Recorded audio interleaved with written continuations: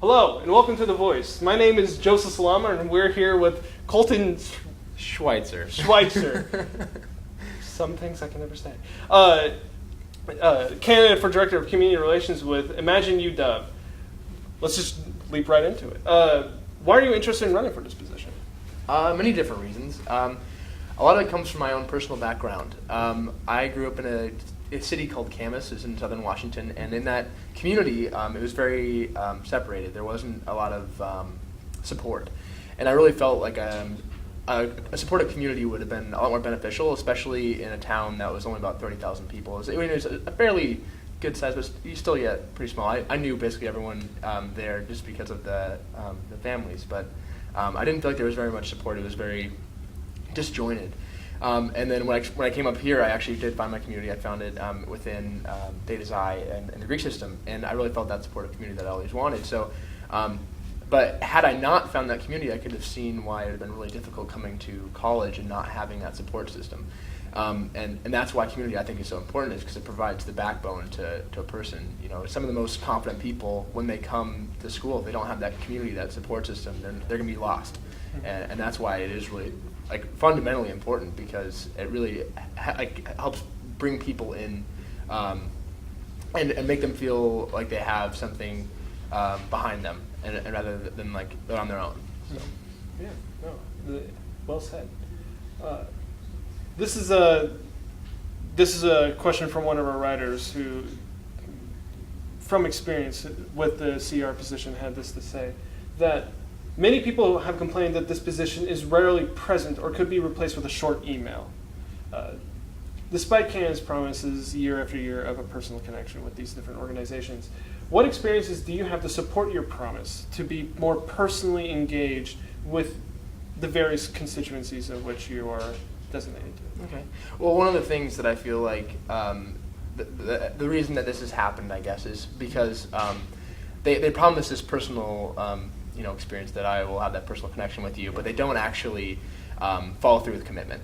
And that's something that I definitely have. I was rush chair for my house, and I had to go out in the community a lot and meet a lot of people from all over. And so when it comes to personal connection, like as a rush chair, you have to make sure that you have a personal connection with someone and make them feel like they're your brother. And I was actually able to increase our recruitment for fall 2011. I was sorry, 2010. We haven't got there yet. I don't even know what I'm thinking there. But fall 2010 by 400%, because I was able to go out in the community, meet all these people, and really make these connections. And I stayed true, and I made sure I was constantly getting people. Where in the past, people would get one person, they'd feel like they were done because it's been done before, and they're like meeting up with the standard that had been set. Mm-hmm. But instead of doing that, I make sure to continue and go past that and go above and beyond, and find all the people that we could to benefit our house, but also, it helped me get out in the community too and meet a lot of different people.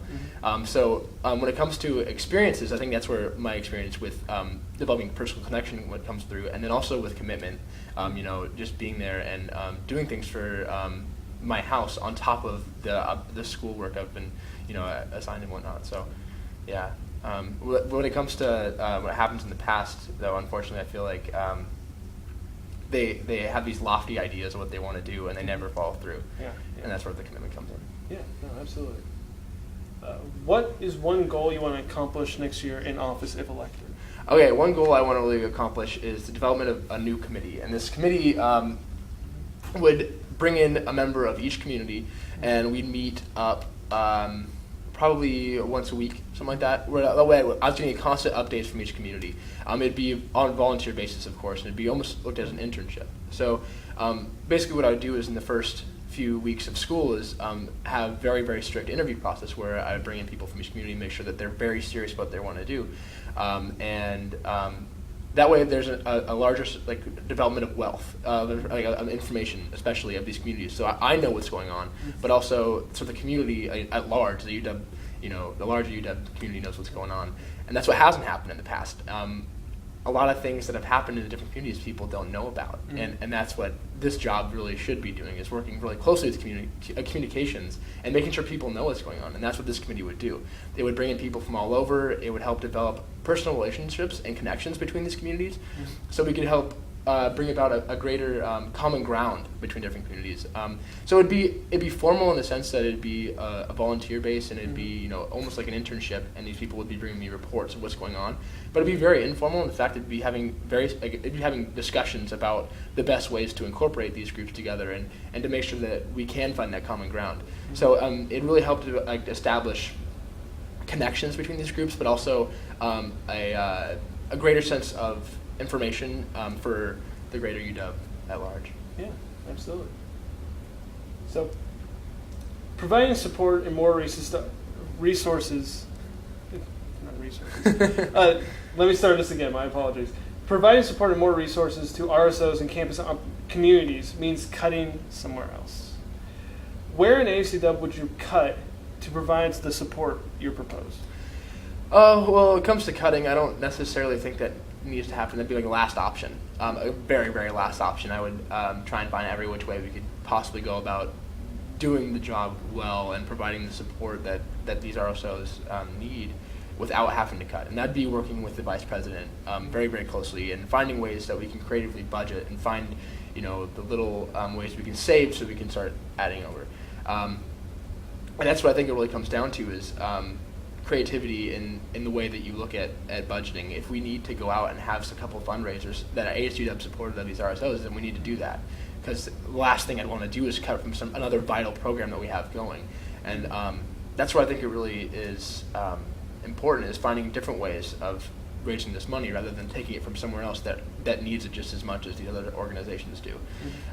So I think that if we did take away from these other organizations, it'd be cutting away from the community just as much as we'd be adding to it, and that'd be a zero-sum game, something that we definitely don't want to do. We want to make sure that people actually have a way of providing this, but in a very sustainable way.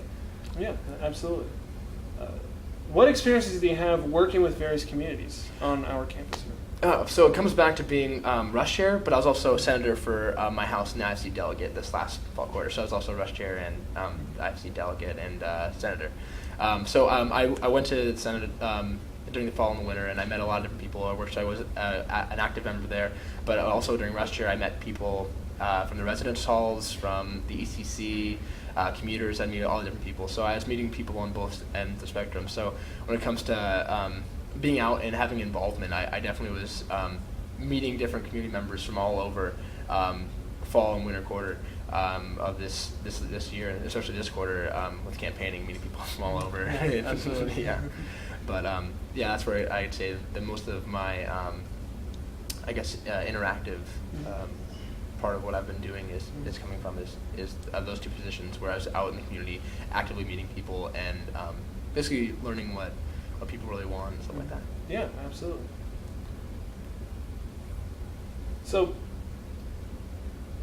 this is kind of a direct question towards you, and not one that was on the list that we gave you. That you are an outsider to ACW. While being an ACW senator, you haven't been in one of the positions here working within the organization itself.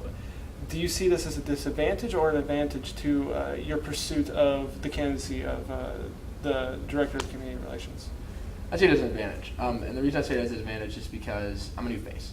I don't know, this is one of those things. There was a story I read a long time ago, and it was about this guy who was trying to get through a city as fast as way as possible. But he was talking about this girl that was this fairy of some sort, and she didn't know that she couldn't, they had to navigate the streets, and she just walked through the walls because she was a newcomer. Yeah. And that's what I feel like a newcomer can bring, is that the way to solve problems in a way that hasn't been seen before, that I'm not following the same paths that have been taken before, that I'm taking new routes, and I'm finding new ways to accomplish this by using my team on the board of directors, but also by finding new methods that haven't been seen before. So as a newcomer, I really think that is a definite advantage. The thing about ASUW and the board of directors specifically is the same people keep getting recycled. They're the same people that keep getting in office, and the same views are always represented. And so bringing in newcomers is I can't speak right now. It's a big advantage because it really brings in the views of the students in a way that hasn't been seen before, and really brings out a new era of ASUW. Yeah. Well said. Well said. Thank you.